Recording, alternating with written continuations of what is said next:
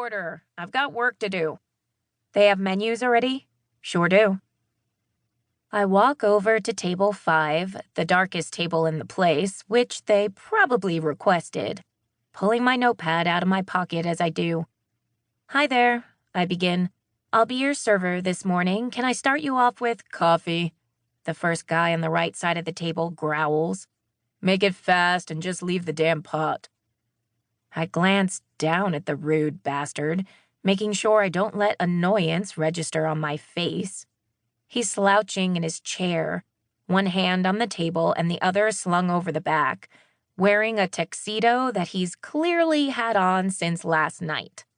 It's untucked and wrinkled, his bow tie undone around his neck.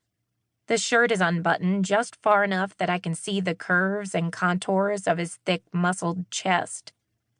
I stare for just a moment too long, because even though he's obviously kind of a hungover jerk, he's also kind of hot in a jerk way. Then he finally looks up at me, one eyebrow raised. Well, he asks. Oh my gosh, he's good looking. Even though he clearly had a pretty rough night, he's got deep slate gray eyes, mussed hair, and exactly the right amount of stubble on his square jaw. Not to mention, he looks kind of familiar. I could almost swear that I know him from somewhere, except I'd remember anyone this incredibly handsome, right? My mouth comes slightly open, and it's a moment before I remember that I'm supposed to answer. Of course, I say. He's a total jerk, I think. A complete and total jerk. Don't give him the satisfaction of thinking he's hot. Could I get a Bloody Mary? His friend says, finally snapping me out of my hot jerk-induced reverie. Sorry, I say, finally remembering to smile. We don't serve alcohol. No alcohol? None at all? I shake my head. The cook doesn't even have a bottle of vodka stashed somewhere for the really tough mornings? I'm sure Flynn does, but I'm not offering it to these guys. I don't think so, I say as sweetly as I can, tilting my head to one side. Orange juice? Fine. I turn to the third guy. I'll just take the coffee and hope for the sweet release of death, he says. I nod. Same, the last guy says, not even looking up at me. I'll be right back with those, I say in turn. Make sure it's strong, says the first guy, the hot jerk, and I glance back at him. None of this usual diner coffee bullshit. We lock eyes for a split second, and then his gaze travels down my body, from my head to my feet and back up as he smirks. A jolt of electricity slams through my core, my nerves crackling with sudden heat while this jerk looks me over, up and down, like I'm something he can have.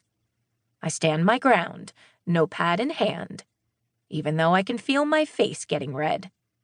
I'll see what I can do, I say, and walk back to the kitchen. Chapter 2. Grayson. I lean forward as our waitress disappears, tracking her ass with my eyes until she disappears around the corner. It's a nice ass. The kind of ass I can just imagine bending over a table in front of me as I slide my cock along the cleft between her cheeks. Hell, it wouldn't be the first time I went for breakfast after a big night and had a side of pussy with my eggs and toast. And this girl, blonde and blue-eyed, lush red lips, and she's got this rosy-cheeked innocence thing going on that I'd fucking love to ruin. Earth to Grayson, Beckett mutters. Could you stop staring at the waitress for one fucking second? I'm sure you were saying something really important, I say, my eyes still lingering on the spot where she disappeared. More important than you thinking about getting your dick wet, he says, glaring at me from his chair. Give it 5 minutes off, man. My head pounds, and my mouth feels like it's being scrubbed with cotton balls dipped in acid. But I grin at him anyway, even though I'm pretty sure I look like hell. No rest for the wicked, I say. The three of them all roll their eyes. This weekend, Beckett's best friend Kieran says, the World Cup